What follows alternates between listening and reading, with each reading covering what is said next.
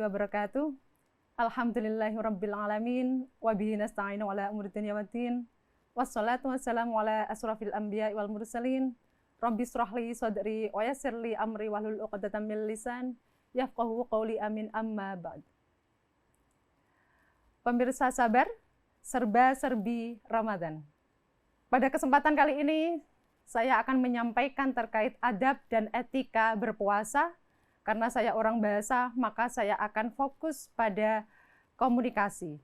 Baik sahabat sabar, serba-serbi Ramadan.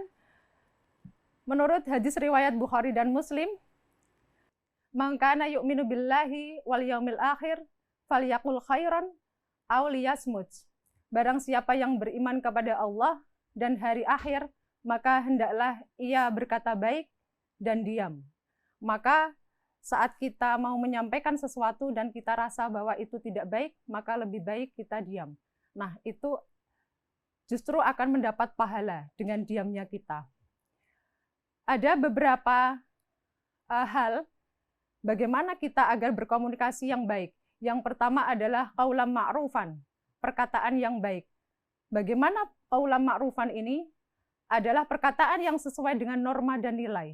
Maka kita sebagai orang Jawa, maka kita harus menyesuaikan norma dan nilai yang berlaku di Jawa, ataupun kita misal orang Indonesia, maka kita harus menggunakan nilai dan budaya Indonesia.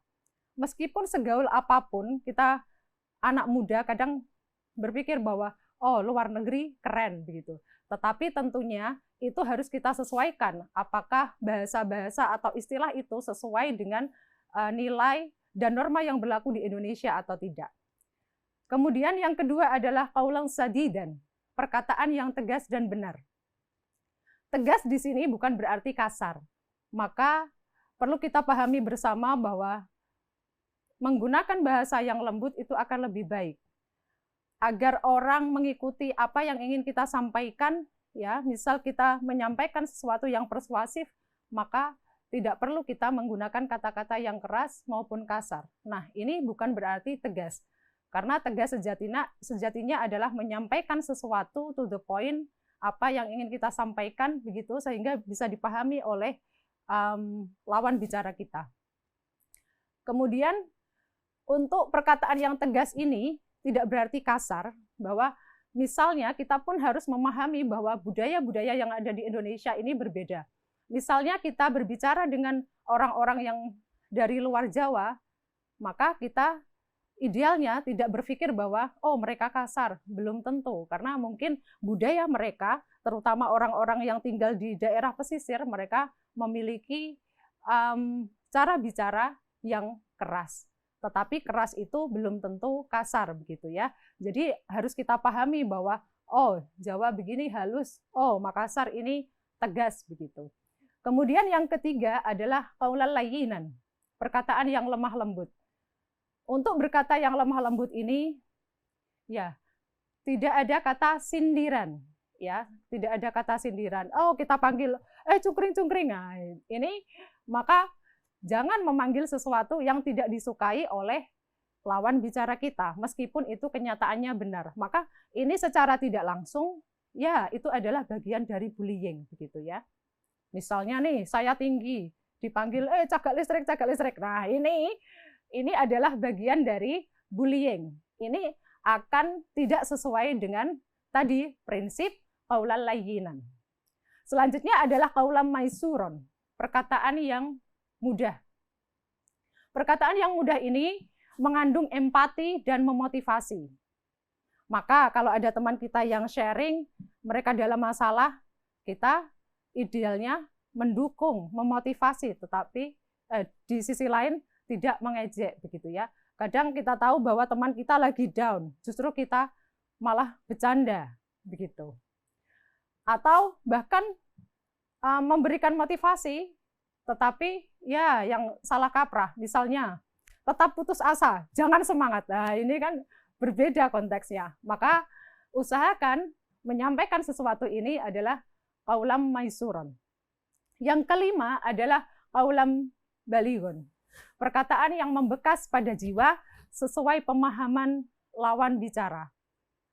sekeren apapun kita, setinggi apapun pendidikan kita, maka kita harus menyesuaikan siapa target kita, siapa yang kita ajak bicara. Misalnya, kita sebagai akademisi, kita sebagai mahasiswa, kemudian di lingkungan masyarakat kita menyampaikan di depan umum yang rata-rata ibu-ibu level SD misalnya, ya, mereka lulusan SD, kita sampaikan, as the neighbors, we should be professional. Ya, kok gayaman kan begitu ya, di lingkungan ibu-ibu kita menyampaikan bahasa Inggris, gaya banget. Nah, ini juga tidak sesuai dengan target, maka bahasa yang baik adalah bahasa yang bisa dipahami, begitu. Jadi tidak harus menggunakan bahasa yang level dewa, wah ngeri ini. Ya, maka kalau kita istilahnya down to earth, ya membumi, maka bahasa pun harus membumi, tidak hanya sikap begitu. Selanjutnya adalah qaulan kariman, perkataan yang mulia. Perkataan yang mulia di sini adalah lemah lembut, terutama kepada orang tua. Segaul apapun kita, ya, segaul apapun kita, sekeren apapun kita, maka kita harus tahu target bicara kita ini siapa. Misal kita sering mengatakan penggunaan istilah aku, gue, begitu, lo. Nah, ini harus disesuaikan dengan siapa level ini dipakai begitu. Kalau sesama teman oke, tetapi kalau sesama dengan orang tua, orang yang lebih tua, dengan dosen, dengan guru, maka ini tidak sesuai. Harus disesuaikan siapa target bicara kita. Selanjutnya qaulan saqilan, ini yang ketujuh, yaitu perkataan yang penuh makna. Hal ini memuat sebuah konsep pemikiran yang mendalam, baik secara intelektual maupun spiritual. Jadi saat kita menyampaikan, tentunya ada proses dong di sini. Ya, sebelum terucap ini otak memproses, maka perencanaan yang baik ya sebelum pengucapan ini sangat penting. Maka sekiranya ini sesuai jangan diucapkan. Kemudian yang terakhir adalah ahsanu qaulan, perkataan yang terbaik. Kita perlu berpikir bagaimana efeknya yang kita sampaikan. Ya, sebelum kita berbicara, kita mau berbicara apa ini? Maka kita harus memahami apakah omongan saya nanti ini akan menyakiti orang lain atau tidak. Maka ini perlu kita perhatikan. Nah, apa yang saya sampaikan semuanya tadi, sahabat sabar, kita harus memahami bahwa perkataan ini biasanya kita pahami apa yang keluar dari mulut kita. Tetapi kalau kita kaitkan dengan dunia maya, ya ini di dunia nyata terkait dengan perkataan di dunia maya biasanya kita bahasa tulis, ya bahasa tulis, atau teman-teman yang merupakan content creator, maka usahakan ya prinsip-prinsip ini diamalkan. Meskipun ini dunia kalian berkecimpung di dunia maya, semuanya serba bebas, tetapi harus tetap memahami prinsip-prinsip komunikasi. Ya, karena kita tidak tahu ya budaya mereka yang ada di dunia maya itu berbeda, agama juga berbeda, maka bagaimana kita menyampaikan komunikasi yang baik ya agar toleran dan terkesan ramah dengan siapapun tanpa menggurui. Sekali lagi, dalam menyampaikan sesuatu, usahakan no bullying. Karena kita tahu bahwa kesehatan mental semua orang yang ada di sekitar kita perlu kita jaga. Ya, karena kualitas mental setiap orang itu berbeda.